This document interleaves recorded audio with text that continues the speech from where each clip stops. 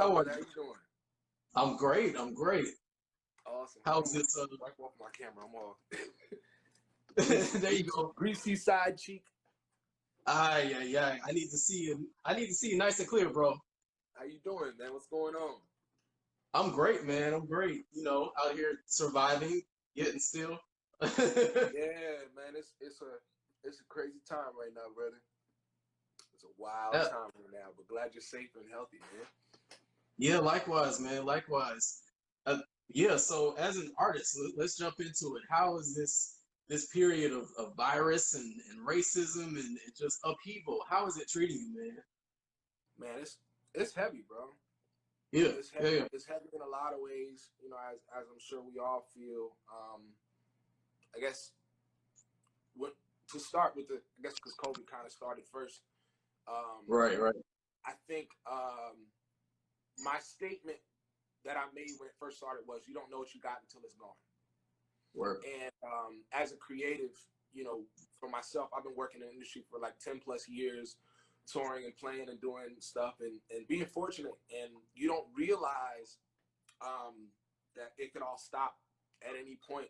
You're in it, you're doing it, and so I think that was a wake up call for me was waking up and realizing that, wow, like I have this. I don't know when I'll be back on the road again. I don't know when I'll be able to do another live show. I don't know when my band will be able to play again. So it definitely opened my eyes and it made me appreciate, kind of go back and think back over the years and all the exciting moments being on the road, traveling, or even just being in town playing a local club show and engaging with people. Like, I've never missed embracing people so much in my life. I've never missed the smiles on people's faces. Yeah. When we're playing a song that they love, I never miss seeing people looking into the eyes of their significant other because we're doing a Shaka Khan song, that they love. That was their wedding song. It's all these things that, because I was doing it every week, I didn't think about what was going to happen when it wasn't there and how much it fed me. I'm not even talking about financially. I'm talking about spiritually, musically, and like how it actually, really reached my soul. Hold on, I'm gonna share this with a bunch of people. Sure. Yeah, how it actually really reached my soul. So yeah, man, it's been difficult. And then also, like you said, and then on the other side is financially, um, it made me have to dig in deep. And a lot of my colleagues who are entrepreneurs, it made us have to dig in deep and find other ways to be able to be creative and share our music and our gifts with the world. And then also uh, ways to make some money, man. So you get into the whole thing of like, fortunately, I started teaching lessons right before COVID started, so that's been a blessing, and for me, it's fulfilling because even though we're not doing it in person, I can teaching drums and piano, and I can video chat with my students, and we can talk and share moments, and that's been able to bless me, in ways. So yeah, you just adjust. That's as far as the COVID thing is concerned. And then of course staying clean, staying healthy, staying home. Aside from that, the racism issue is, man, I grew up in New York, upstate New York, in a very mixed culture, but a family that was from the South.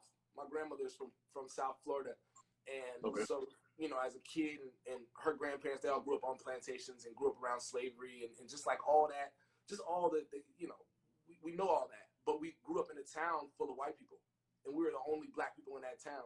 So it was a very interesting thing because my mom and them, they grew up in that town earlier on. So I think the people after a certain amount of years in the 70s, I remember my mom, used to tell me stories about when she was a kid and getting picked on and getting called pickaninny and getting called, all types of names, nigga, and, all that stuff.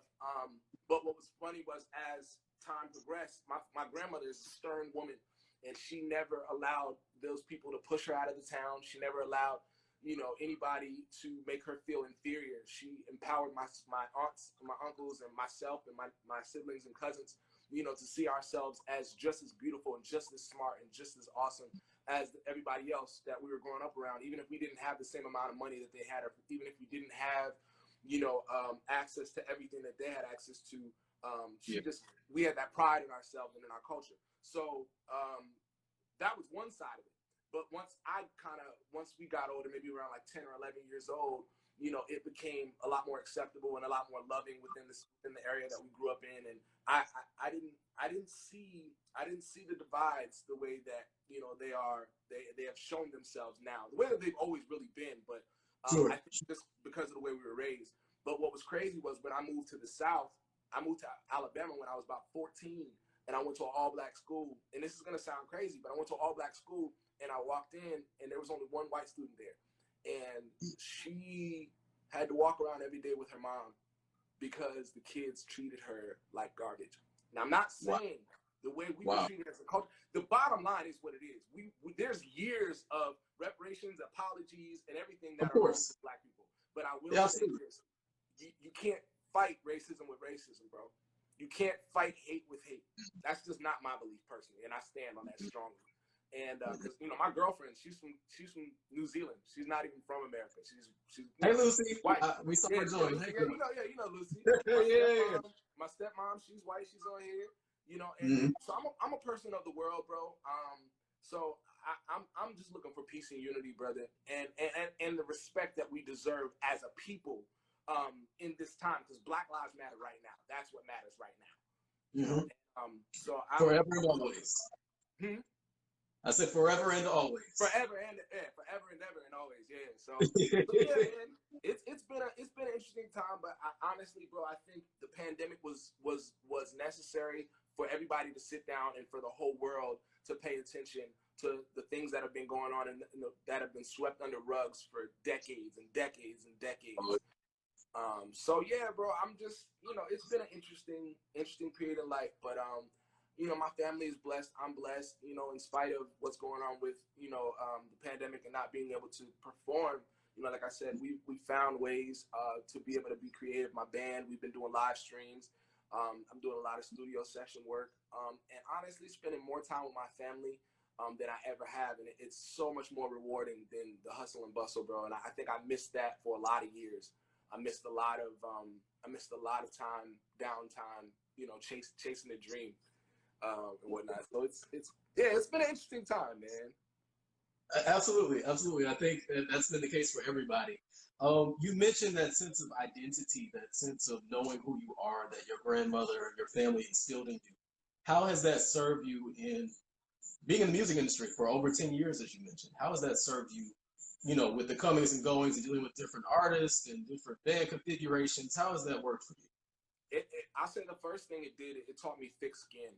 You know, it taught me how to have tough skin. You know, my grandmother didn't really mince words, and you know, we had to learn how to be in rooms with people that might not like us, or people that we may look different than, or you know, and smile. And not that you got to kiss ass, but you know, understanding how to be yourself but still be respectful. So I think my first couple of situations going into the industry and like rehearsing with bigger artists and working with them, there were some things that I dealt with that I wasn't necessarily okay with, you know, the way I was being treated and, you know, money late, you know, just the politics of all of that, working with labels and they pay you 3 or 4 months after you did a gig that was 20 minutes.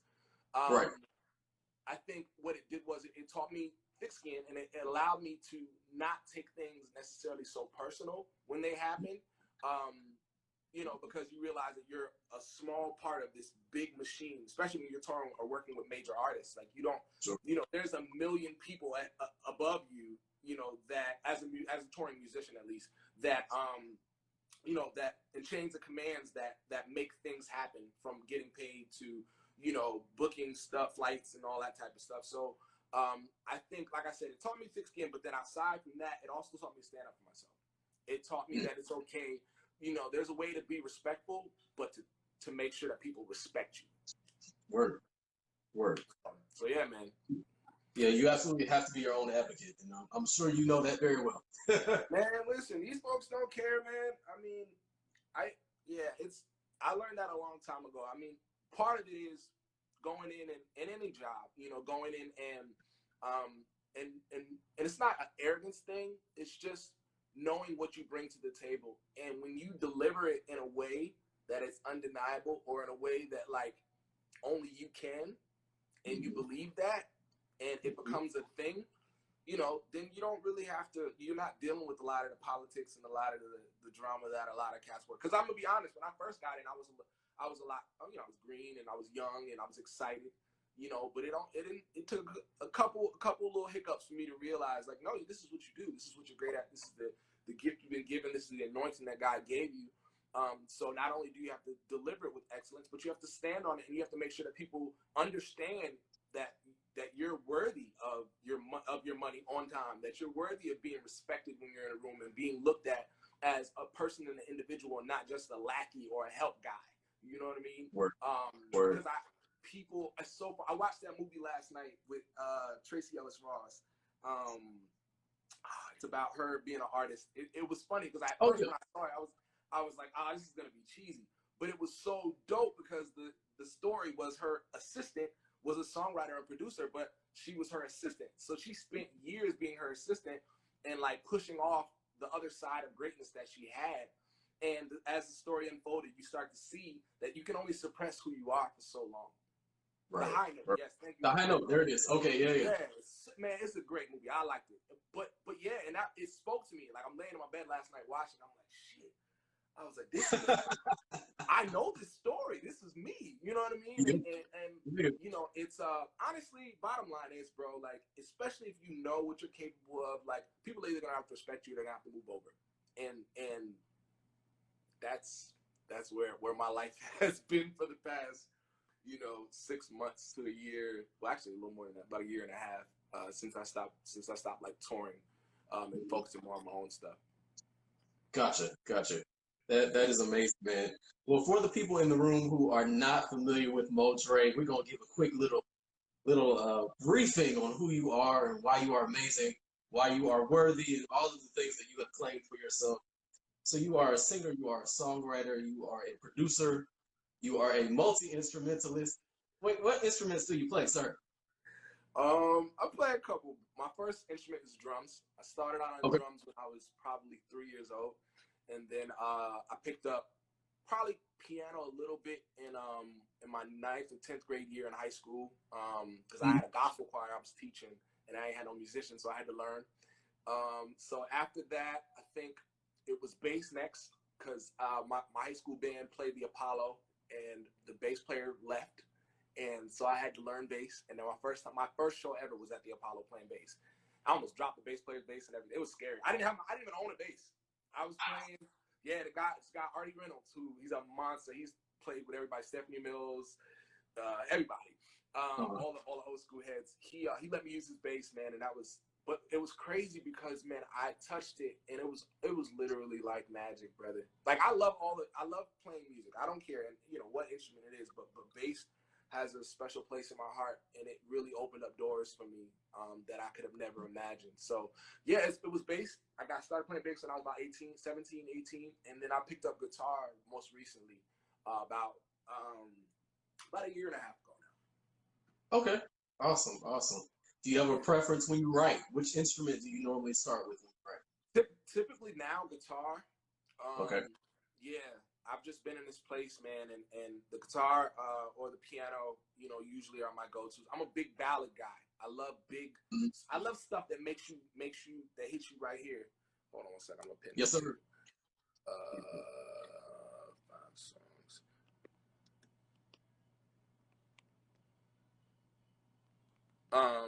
Yeah, I'm a ballad guy. So I think for me, everything has to, even if it's not a ballad, I still gotta get my ideas out from the guitar or the piano, at least to kind of shell out, because I'm a storyteller and a songwriter. So, I think for me, that was the easiest way to be able to do it. Did I not pin this right? How do you do it? You post it and then you... It might not let you pin it because I've got your link pinned. Oh, that's cool. All right, I'll be all good. But yeah, man. So that's usually the start. Nice. So I saw that you attended the prestigious Berklee College of Music in Boston. Yeah, man. How was that experience? What was your greatest takeaway from Berklee, man? Oh man, relationships that have changed my world.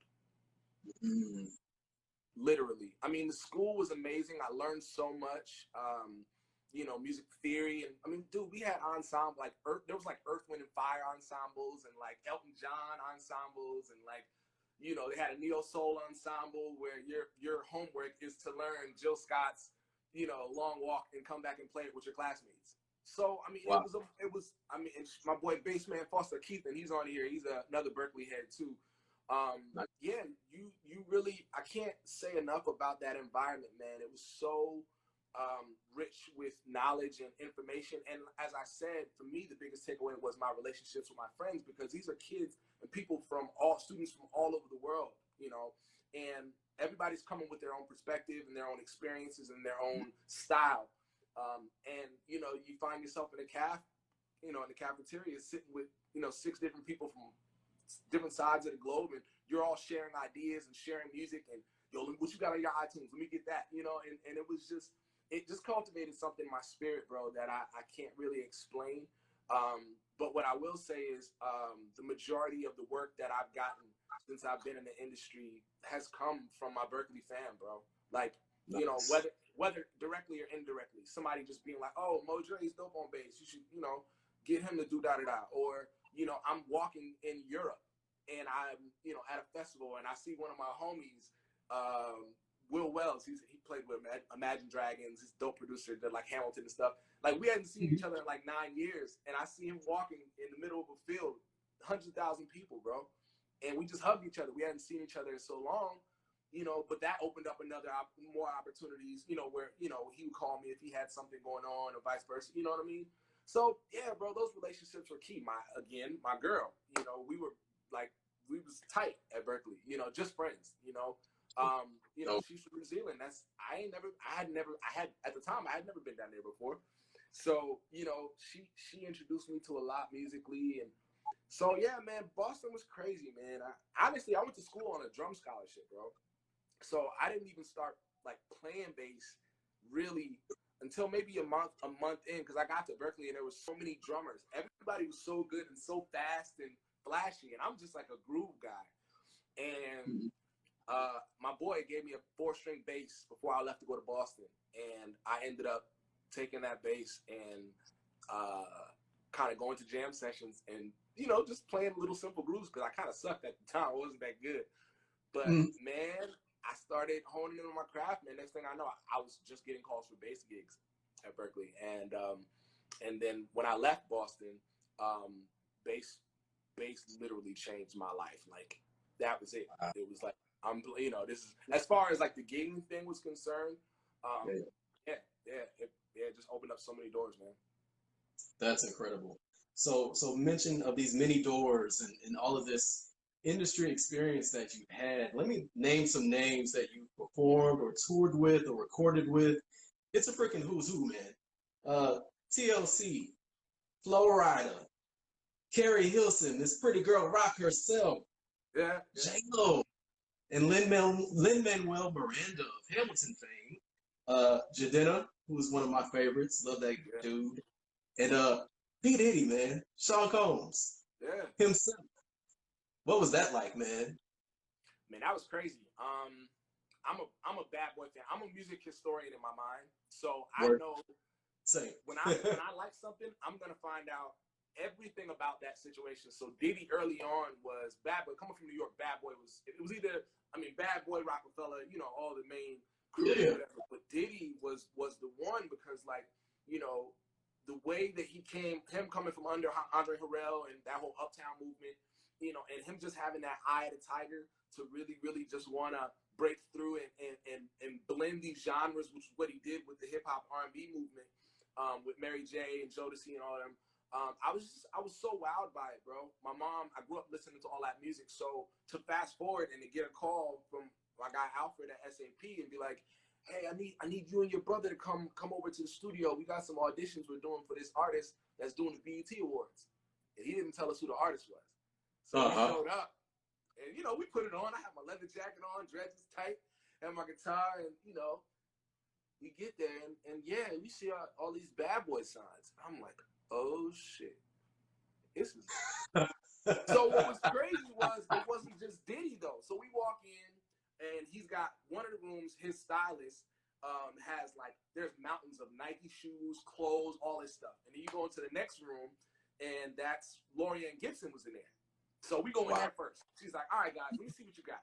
You know, Miss Boomcat herself. So we go in the room, and she's teaching us these movements and stuff. And I'm playing, me and my brother Sharad are playing.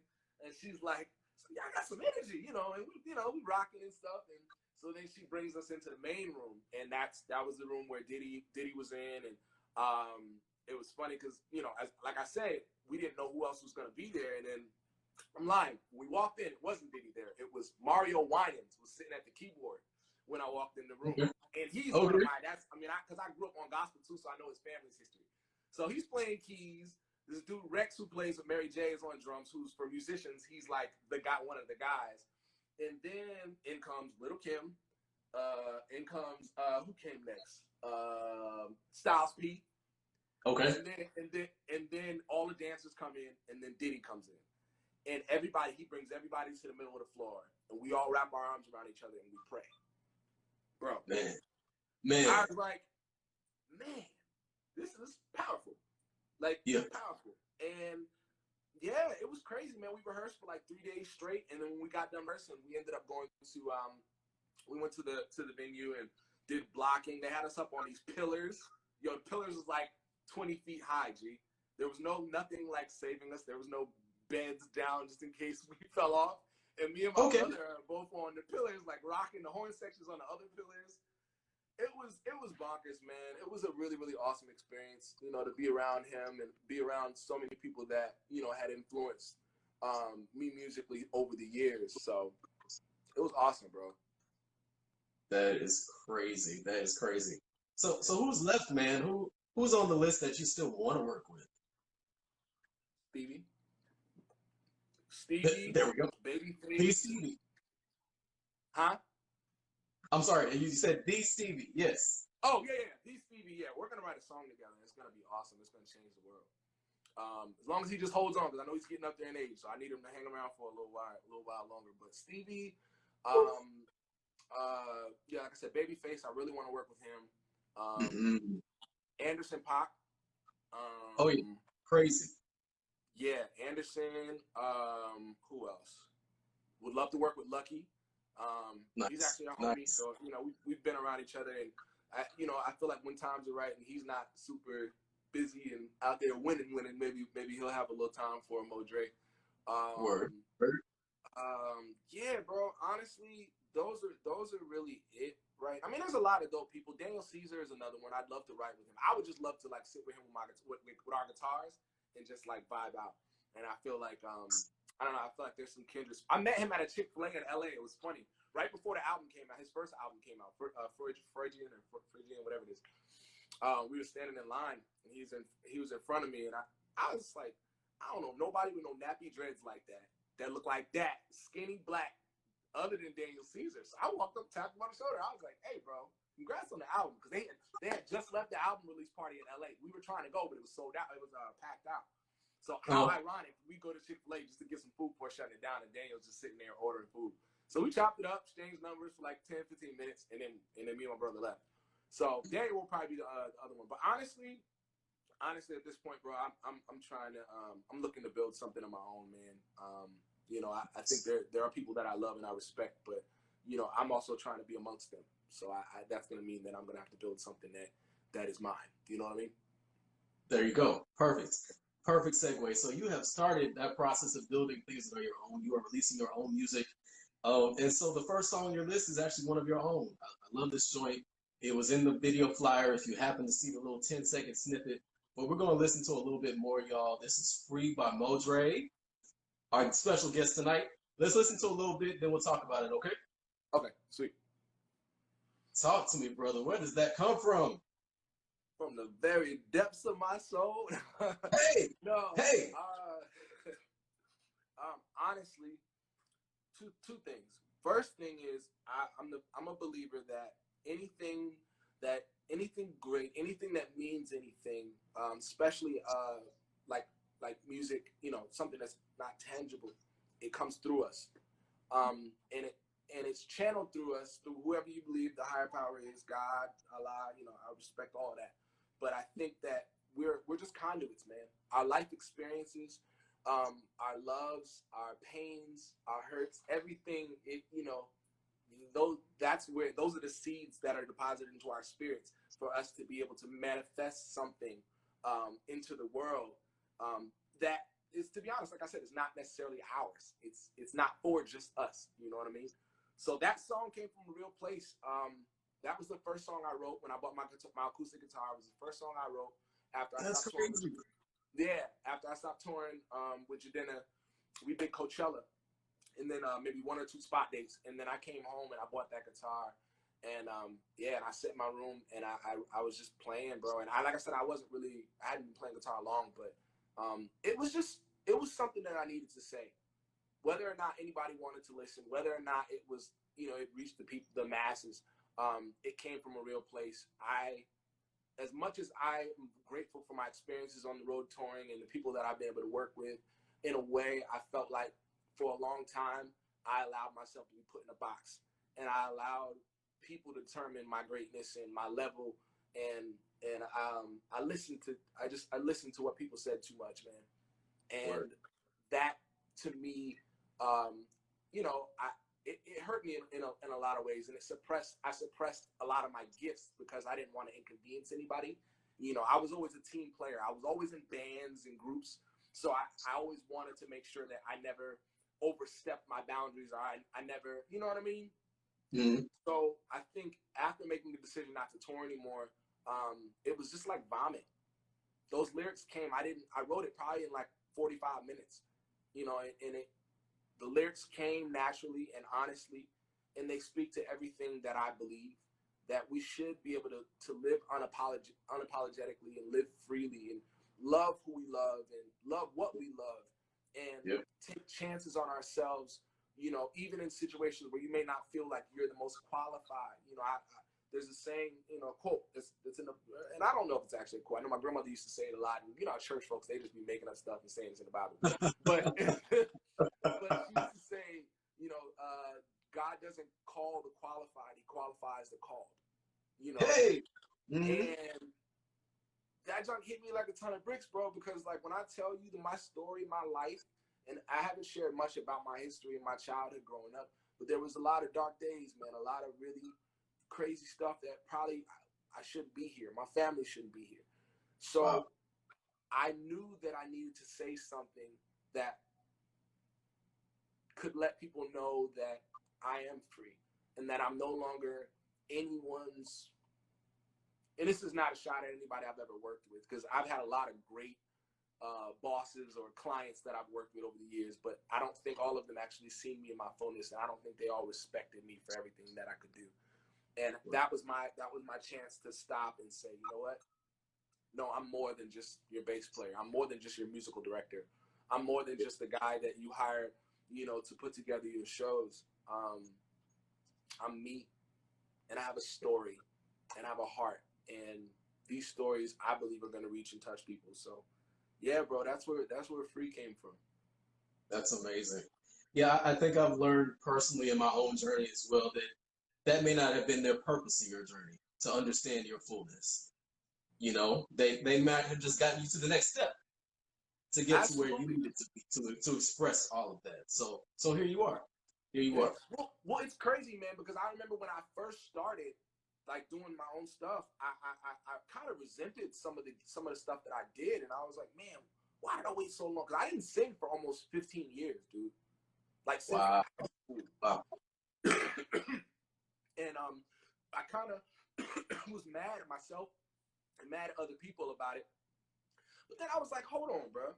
The amount of relationships that I've built touring the world, and the amount of experiences that I've had and the things that I've learned being a music director, knowing how to put together shows, knowing, things like time code and how to sync lights and all that stuff. I was like, oh, he was just prepping me for what I got to do. That was my message to God. It was just like, after I got over the feeling hurt, feeling frustrated about things changing, because you go from a dynamic of touring with, A-list artists and making a certain amount of money and getting so many views on your social media to not doing that and putting out songs that may not resonate with everybody, or it may not that don't resonate, but it may not be the popular thing to do or have the popular sound. It's a gut check, bro. Yeah.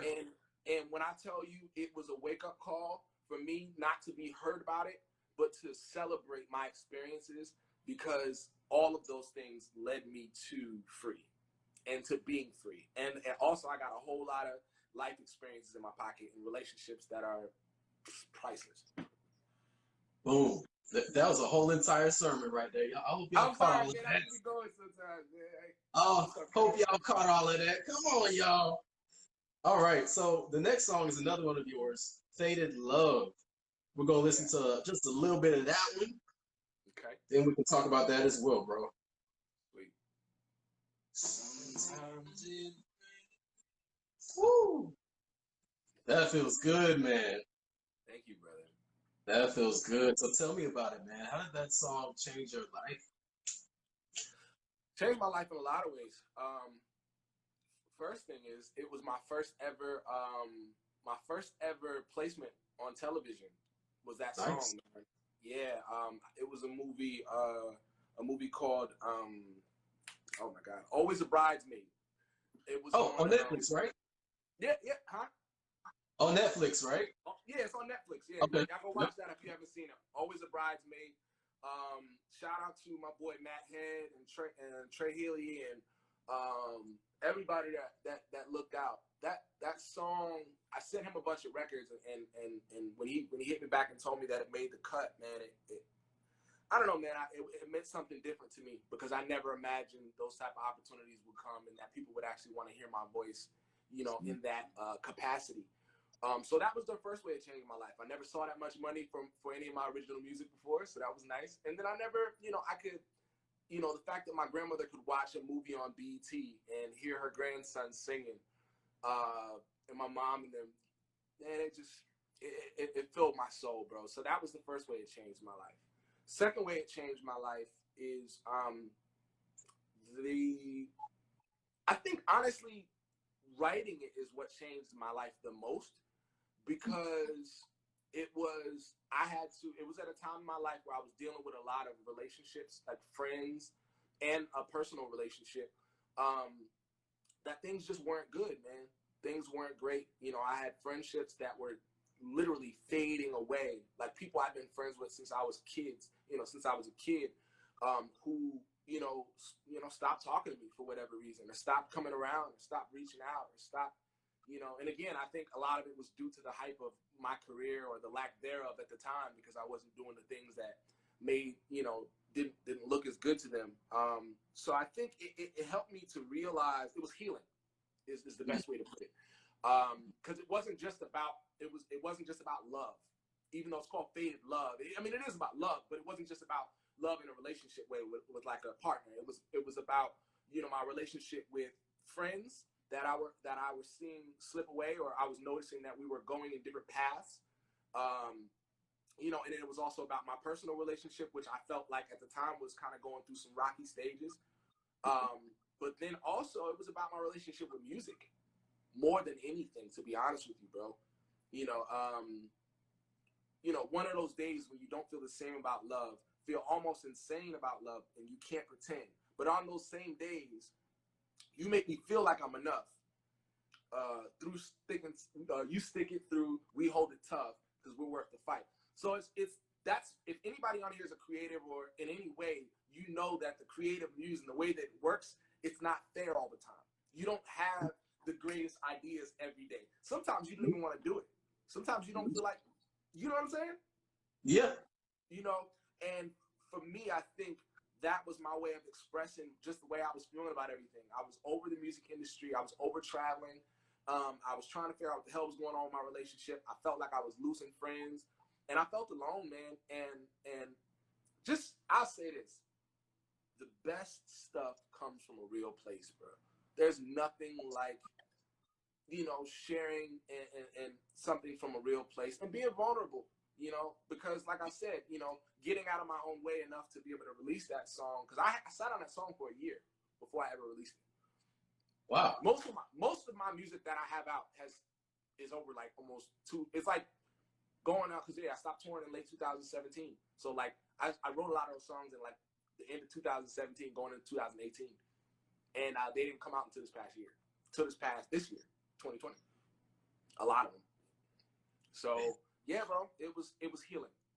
Faded Love was healing for me in my relationship with my lady. It was healing for my relationship with my friends.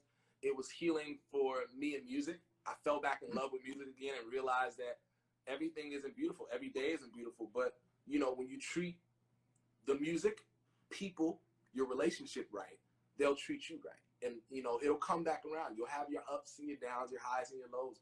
But, you know, as long as you love it, it'll love you. It'll love you right. Word, absolutely. My guest last week was Mr. Kipper Jones. I'm not sure if you know Kipper. That's my OG, man. Absolutely. Incredible guy, incredible career. But one of the many gems that he dropped on us last week was that as songwriters and as artists, we have to remain open, honest, and humble. Open, honest, and humble. And it really sounds like that's what you're doing when you're conveying these messages and letting them move through you. You're really bearing your soul, man, but people are relating to it. That's incredible. Thank you, man. Let me turn some lights on here. My bad. Absolutely. Take your time, man.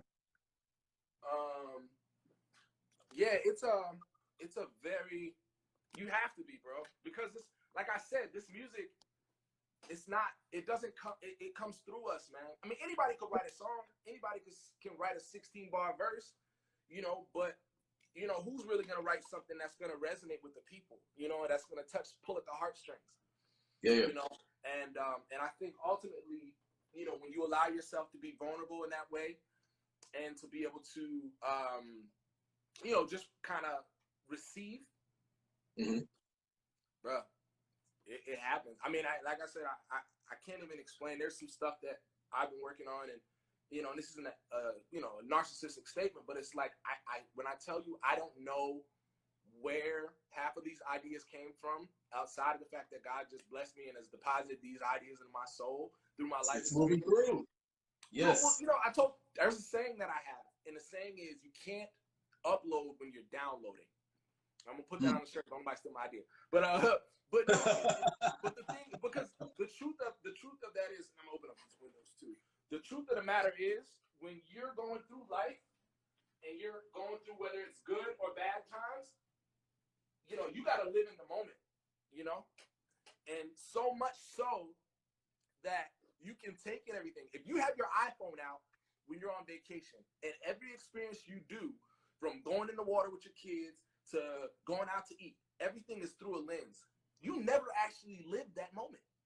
Yeah. You never did, because it only happened through your phone. You weren't there. You weren't free enough to actually jump in the water and, you know, splash around or whatever. No, you were too caught up in this. So that's why I tell people, like, when you're downloading, when you're receiving, when you're experiencing moments, whether it's a moment with your girlfriend or significant other, or whenever you're just going through a hard time in life, cats be like, oh man, I went through a shitty day, I'm gonna go home and write this song. Sorry, sometimes it doesn't work like that. Like, I've tried it. You know, it's like you think, you know, I got all these ideas, but the thing is, your mind and your spirit is still processing what you've experienced. So you got to give it that time to settle in your spirit, for you to really understand and not emotionally, you know, address those things. And then when you do that, I mean, I know that for me, it makes it so much easier because I can write out my thoughts. You know, I've had the time to process. I'm not just speaking from an emotional standpoint of like, oh, fuck everybody, I can't stand this, I'm so mad. No, because if that Faded Love would have came out as like a freaking metal record, like on some crazy hate jump. But it came out as a love song. My neighbor, I wake up in the morning, sometimes my neighbor's blasting it, and I'm just like, this is weird right now. You know, I'm asleep, but he's, you know, but it's how like, cool is that? it makes him feel something, bro. And I'm humbled and grateful to know that anything that I can create will reach anybody, whether it's a bass line on stage or a song that I'm singing and writing and producing or whatever. So, yeah. That's amazing. That's incredible. So, yeah, speaking of artists that touch us, Prince, man, the greatest, one of the greatest of all time that there will ever be. You've added one of his songs to your list. Let's Go Crazy. Mm-hmm. We'll listen to a little bit and then we'll talk about it, okay? Yeah, man. I love it. Hey, so tell me about it, man. How did that song change your life? Because Prince wrote it and did it, and he is like, Period. I don't know what else. That's all you Like, need. no, dude, he's one of he's a superhero of mine for so Word. many reasons. As a multi-instrumentalist, producer, singer, what I aspired to be, which was what he really was, he gave me the confidence to pick up a guitar, to pick up a bass, to play the piano. So that's the first thing, you know. As far as that song specifically, the energy, it was never so much, it was lyrically, but it was more about the idea of what that song spoke for, and literally living free and wild, and like, not, you know what I mean, not letting life's experiences, you know, kind of knock you down, you know what I mean? And I think we all need that sometimes, you know, whether it's in a relationship or whether we just having a shitty day. She said it's on her workout playlist. That's what I mean. It's one of those songs, like, yes, you can wake up in the morning. We all have those days when you wake up in the morning and you're like, damn, I gotta work out. The alarm's going off at 7:30. It's chilly outside. But you put that record on? Come on, man. You getting up, you dancing, you put your sweatpants on. You know what I mean? You know, right. You gonna run for 7 miles. No, listen, you might walk 10, depending on the day. Put the song on loop, you know. There you go. Maybe throw some, you know, I Would Die For You or something else in there, some Little Red Corvette. You know, I mean, dude, his music is timeless, and every song, you know, it just truly, it just inspired me, man, because I want to make music that spans, really, that knocks down the walls of genre. And he did it. You know, I don't like how they limit R&B and soul to urban artists, and R&B, you know, that anything that a black person does has to be urban. Like, as if, urban. You know, as if rock and roll wasn't something we was doing way before anybody else. Mm-hmm. You know what I mean? I'm not, you know, trying to shame nobody. I love my white rock and roll brothers. I mean, I got some, you know, people on that list, and, you know, Queen, Sting, all of that. I love it. But we're so much more as a people and as a culture than we get credit for. And he is the epitome of that. And that's why that song, his life, what he stood for, his quirkiness will forever be, you know, one of my biggest inspirations. And I got on Prince late. Like, I mean, I knew the hits, and Lucy knows, because she knows all the Prince joints. Her and her mom, they put me on all the, like, B-sides. But yeah, dog, he's my superhero, man. And God bless his soul, God bless the dead. But his music will live on forever, and it will continue to inspire me, and I'm sure many other people. But that energy and that persistence to just get the hell up and go and get up and push through whatever you're going through is why I love that song. Absolutely, bro. I know that Prince was big on independence and ownership of music for artists. And I know that you've gone the independent route as an artist as well. How do you feel about that? Oh, it's fucking hard, bro. It's hard, and that's true. No, man, because people go, oh, man, it's so dope being indie because you could just do what you want and blah, blah, blah. And it's like, yeah, that's cool, but who's going to listen if they don't know what you're doing? If you don't got a machine behind you pushing, you know, or you don't have, if you're not creative and find ways to really get your stuff out there, it's hard, man. But I will tell you, it's the most gratifying feeling ever. I don't make anything I don't like, bro. That's just me. I'm not doing it now, never did, and I never will. I mean, it got to be a real fat check attached to that thing for me to be like, all right, you know. So I think with him being that way, and, you know, buying his stuff back from Sony and taking a lot of it offline, I think it was courageous, and it made me feel, it empowered me, bro. And so yeah, I think that he set the standard for this whole independent movement that's happening now a long time ago.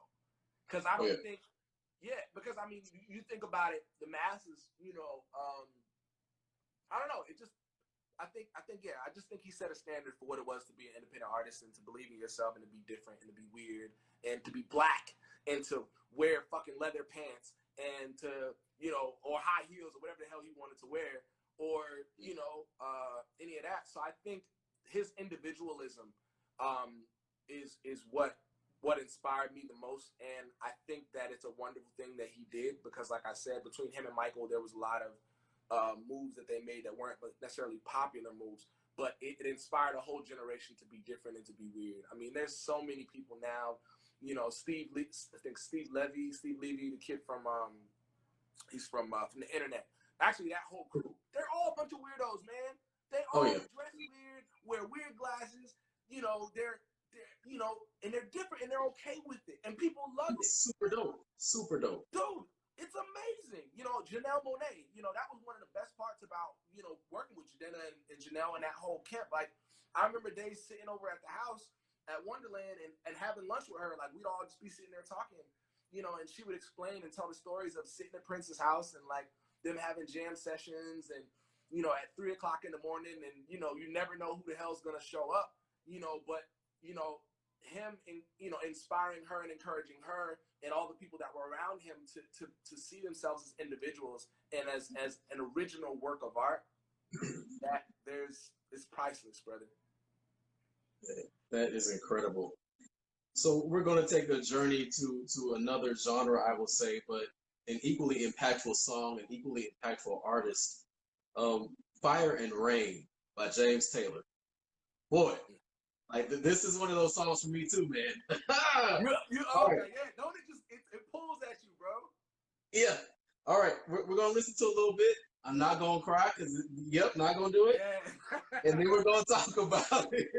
All good. You got me over here getting chills, bro. Hey, man. Man. Okay, so yeah, you talk, and I'm just gonna compose myself. I don't know. This is really for anybody that's on the live right now, and I think we've all been here at some point. You ever feel a hurt so bad? You ever lose somebody in your life, or miss out on an opportunity or a moment that meant so much to you, and you can't really explain that? You know, what I took from the song was, you know, with the first verse, you know, talking about, you know, losing her and waking up and she's gone, and it's like his whole world crashed.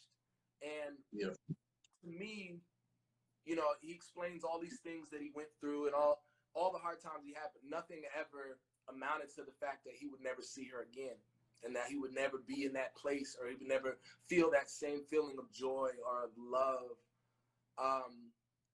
James Taylor, I think he taught me how to love again. If that makes sense. Like, he taught me how to, through my music, he taught me how to express true love and appreciation and adoration for whatever it is, you know, that whatever message I'm looking to get across, especially when it comes to love songs. That song just, I don't know, man. It just pulls at every one of my heartstrings, and it's life, bro. We all go through really dark ass shit, man. We lose loved ones. Relationships that we planned our whole lives for. You know, you're with someone, you love them, and you tell them you want to have children, and you want to build a future, and you want to travel the world, and you do some of those things just to one day wake up and it's over. And the sad truth is, and it's not to get dark and morbid, but the sad truth is it's going to happen to all of us. We're all going to leave here. Sure. You know, and the sad truth is you don't know when your significant other or a loved one or a best friend or someone isn't going to be there anymore. So I think it taught me to appreciate the relationships in my life in a way that I never had before. To really milk everything. The time I spend with my 10-year-old niece, bro, is so much different. And I know it sounds crazy that one song could make you do that, but I tell you, I promise you. What's funny is I didn't even realize I wasn't hip to James Taylor until 2018. I knew of him, but I wasn't hip to his music, because I just bought a guitar, and you know, I was trying to find some stuff that I could start learning to play, and I don't know how I got on it. I think me and Lucy, we were getting on a plane headed to New Zealand to visit her family, and I somehow scored across, you know, his name or whatever on Acoustic Artist. And she was like, "You don't know about," dude, I listened to James Taylor the whole 22-hour flight to New Zealand, whatever that is, the whole way. And I mean, from Carolina on my mind to, You Got a Friend. These songs, bro. That one.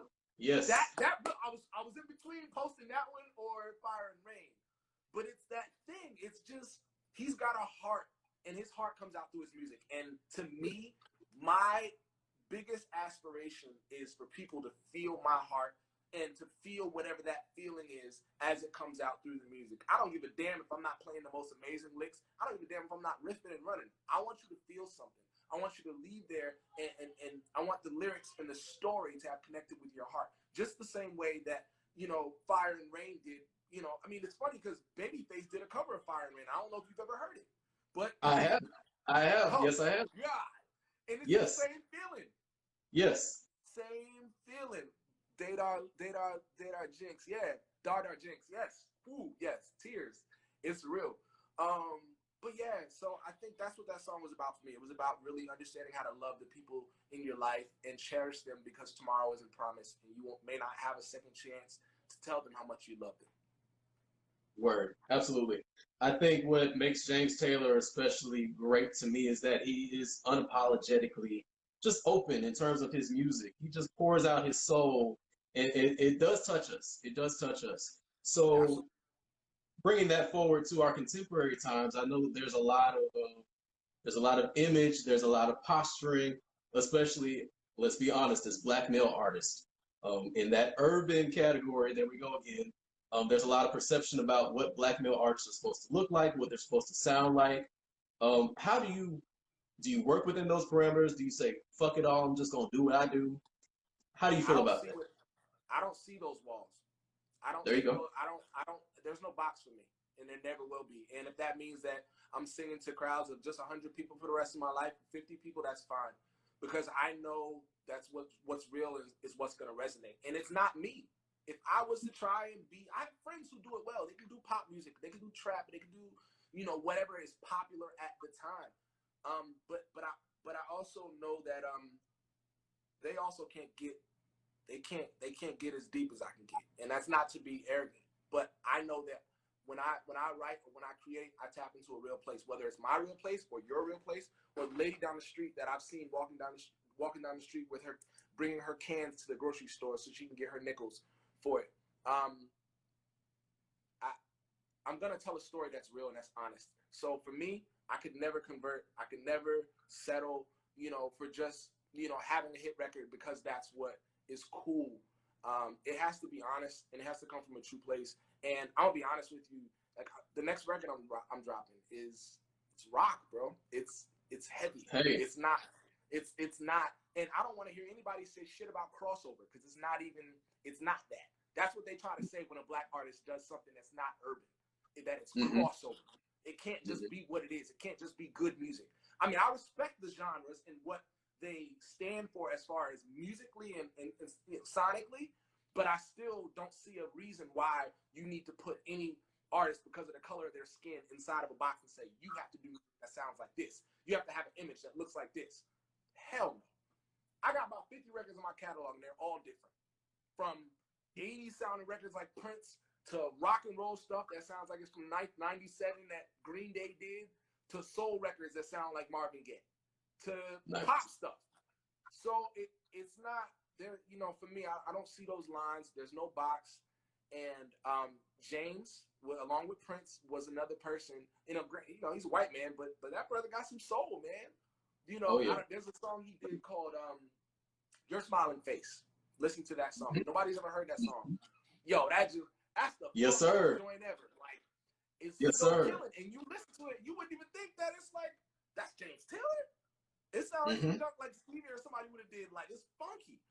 But, you know, like you said, he was unapologetic. And those are the people that I aspire to kind of take the baton and keep running with that and keep knocking down these walls. Every time somebody want to put them up and want to be like, oh, well, you're Black, so you're supposed to do that. Or you're white, so you're supposed to do that. No. Yeah, it's not. I don't live by those rules. Absolutely. I love it, bro. So y'all heard it here. MoDre makes unapologetically sensitive music, and he don't care about your genres. Forever. Awesome, bro. Well, another great song, the last song on your list, is With a Little Help from My Friends, the Joe Cocker version. I see that we're about to hit our hour mark, at which Instagram decides to cut us off. So let's do this. Let's go out. Let's come back in. And we'll continue this conversation. Okay. All right, man. Yes, sir. So yes, we talked about James Taylor and being sensitive and all of that shit. But but yeah. So let's go into the last song on your list. It is "With a Little Help from My Friends" by Joe Cocker. That name may not sound familiar to some of you all, but once you hear the song, you'll know it. You'll know it. So let's listen to a little bit, and then we'll talk about it. All right, so you That's just gonna get take it. clearly, I'm a heart guy. All these songs. Yeah. Yeah. Yeah. Your list really does it to me. Like, don't. Why, man? Why? Man.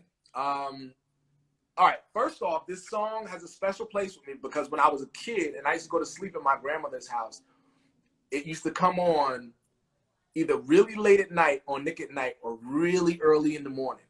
And I on the Wonder Years, because that was the theme song for the Wonder Years. Yes. One of the comments mentioned that. Mm-hmm. I'm telling my age right now, but yes. So that's the first thing. So it's comforting to me because it reminds me of being at my grandma's house, and just it's weird. So that's the first thing. The second thing is all respect to the Beatles because they wrote it. They are one of my favorite groups ever. But his version, the pain that he sang that song with, brother. Yes, sir. Yes, sir. And as far as lyrically, man, and what it means to me, it is what it is, bro. Like, none of us can get through this world alone. You know, none of the life experiences we've had them completely alone. Somebody was there. So even if it was just one person, and at a time, especially right now when the world is so divided, that song speaks just like volumes, to, even when you are a person that might be flawed, or adversity might come, or you just might be going through a thing. There's nothing like looking around and seeing a good friend and having a good friend that's going to be there for you. Even when you to your dirty draws is what I like to say. Somebody gonna love you to your dirty draws, and that's gonna cheer you on when you ain't got it. There's a couple people that popped in here today into the live. Remy, Quinn, a lot of them have supported me, at a very dark time in my life, in my career, and when I used to do showcases here in the city. And when I first started, it was like 20, 30 people. And then it moved and it grew and it grew and it was a couple hundred people, but it took those faithful few friends, real friends that believed in me and that saw me and saw my heart, that helped me get through that phase of my life. And so I think that's why that song registers with me so much, because, we all need somebody, man. We all need somebody, and we all need somebodies, and then that same person that we need, they're gonna need us one day, So that song, it just touches me in a different way, brother. And when I listen to it, like if I'm having a shitty day, like I can turn that joint on, and when you like the choir starts, and you just like, oh, it's good. This is like church, you know what I mean? It's like it's a whole thing, man. So, and Joe Cocker didn't get enough credit for being such an amazing vocalist and interpreter of that record. To me, I think people, they're used to listening to the Beatles version, which is great, and it's the original. But Joe had a different pain, and it came from a different place. I watched the interview with him. That was one of the things that made that song mean more to me years after I already loved it. The interview was on this, it was in the 70s with this radio station, and the radio interview was asking me, he says, how does it feel to be Joe Cocker? How does it feel to be one of the most famous men in the world? He's like, it feels broke. He said, it feels broke.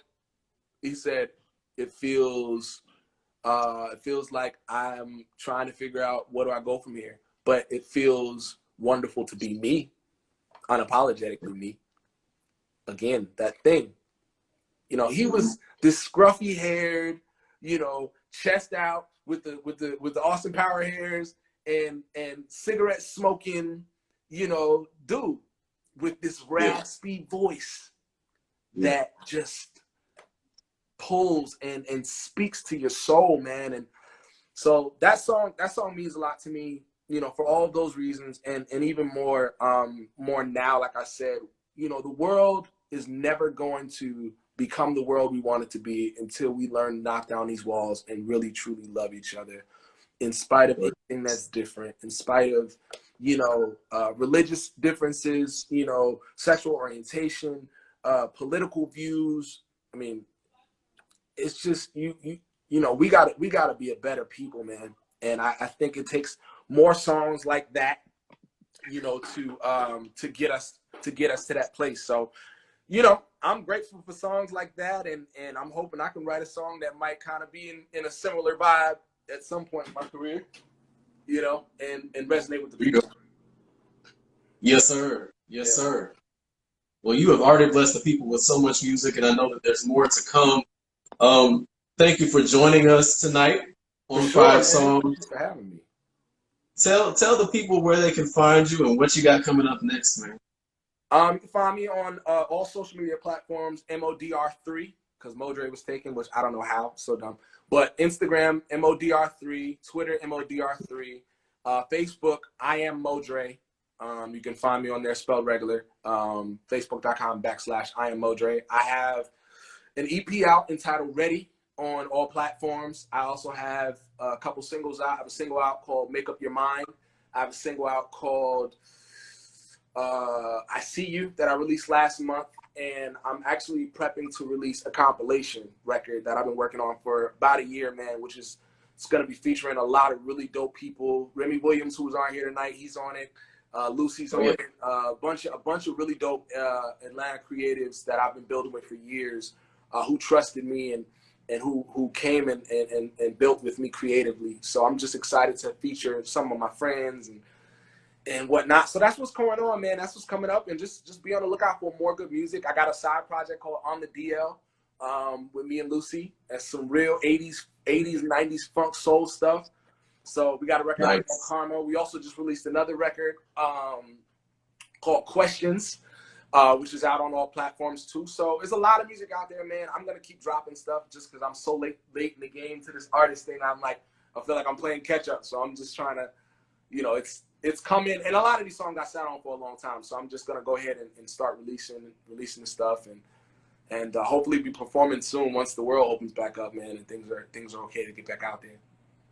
Word, I hear you, man. Well, that's incredible, y'all. So there's so much to look forward to from MoDre. So y'all make sure y'all stay in touch. Bro, again, thank you so much for joining me on 5 Songs That Changed My Life. Have a great night. We'll be talking soon, man. We got some work to do. My guy. Same to you, man. All right, man. All right. Absolutely. Have a good night. You too.